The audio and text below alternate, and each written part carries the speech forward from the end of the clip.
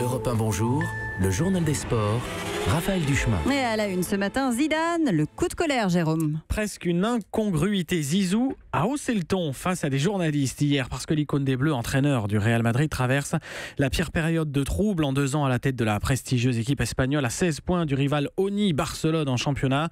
Alors il n'est pas encore menacé de licenciement, mais il est bien sous pression avant notamment ce soir un match de Coupe d'Espagne, mais surtout à 5 semaines tout juste du choc en Ligue des Champions face au PSG, 8e de finale aller. Des rumeurs le disent en froid avec une partie de l'état-major du Real. Faux, répond Zidane. Je crois en ce que je fais, parce que je crois en mes joueurs. C'est pas parce qu'ils ont fait 3-4 mauvais matchs que je vais tourner la veste. Mais non, moi je suis pas comme ça. Et la Champions League, on va pas arriver le 14 février, se dire voilà, et au pire on est là, non. Ça se préparera. Et le plan, c'est le travail. Remotiver les troupes. Et bon, moi, c'est mon message, en fait, avec les joueurs. C'est d'essayer de trouver des solutions. Voilà. Des propos recueillis par Henri de la Guérie en Espagne. Pour Europe 1, le foot en France et les Monégasques, premiers qualifiés pour les demi-finales de la Coupe de la Ligue.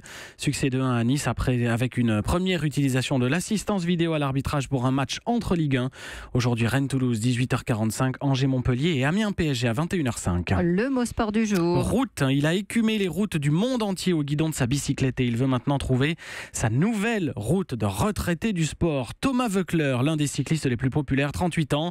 Double casquette à l'avenir, il sera ambassadeur pour ASO, l'organisateur du Tour de France. Notamment, sa reconversion sera aussi médiatique. Les téléspectateurs de France Télévisions le retrouveront aux commentaires de la prochaine Grande Boucle, mais aussi dès le prochain Paris-Nice en mars.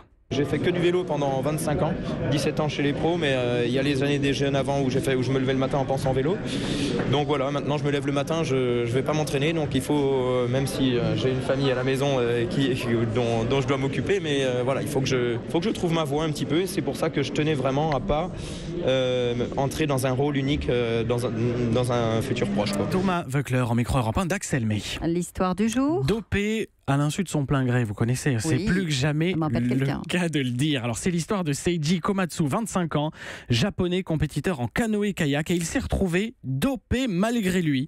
Un concurrent a versé une substance interdite dans l'une de ses boissons afin de l'éliminer de la course à la qualification pour les JO 2020 qui se déroule précisément au Japon. Komatsu a donc été contrôlé positif puis réhabilité après que le concurrent a avoué son méfait, et ce dernier, il a été suspendu 8 ans et il pourrait même être maintenant banni à vie.